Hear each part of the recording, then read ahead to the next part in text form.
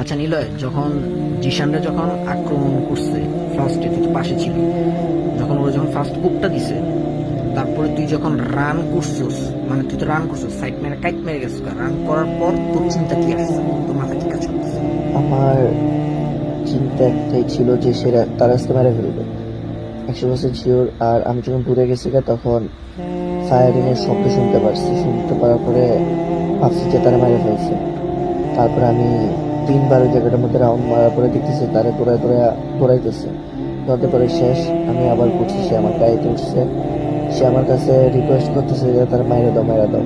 আমার মাথার মধ্যে শুধু দুটো জিনিস কাজ করতেছিল, হয়তো ওইখানে যে মরবো না হয় বাঁচবো, যে কোনো একটা, মারবো নাহলে মরবো আর বাঁচবো।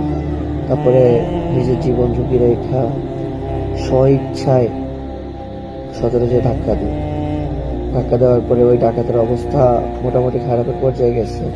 তারপর তাদের একটা গাড়ি রেখা দিয়ে তারা নতুন গাড়িটা আর যে আরেকটা গাড়ি ছিল ওই গাড়িটা রেখা পালাইছে।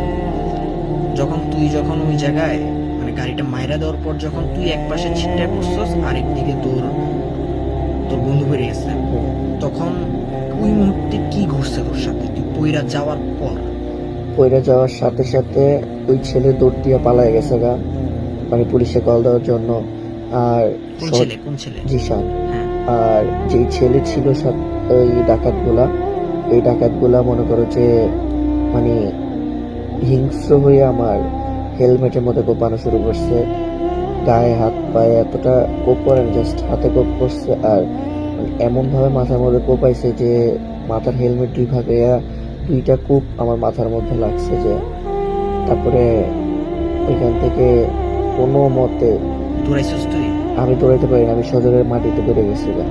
আর ওইখান থেকে কোনো পালানোর সুযোগ পাইনি আমি, রাস্তায় পড়ে আছি, তারা গাড়ি নিয়ে যাচ্ছে গা, শেষ। তারপরে ওই জিশান কিছুক্ষণ 10 মিনিট এখানে বলছে সবাই পুলিশের হেডকোয়ার্টার থেকে, কিন্তু আমার 10 মিনিট লাগে নাই, আরো বেশি লাগছে, 1 ঘন্টা প্লাস। 1 ঘন্টা পরে পুলিশ আসার পরে তখন পুলিশ আইসা মানে আমাকে তুলতেছেও না, আগে বলতেছে বাবার নাম কি, এই নাম কি, তার আগে মেডিকেলে না নেওয়ার কথা বলে তারা এসব করতেছে।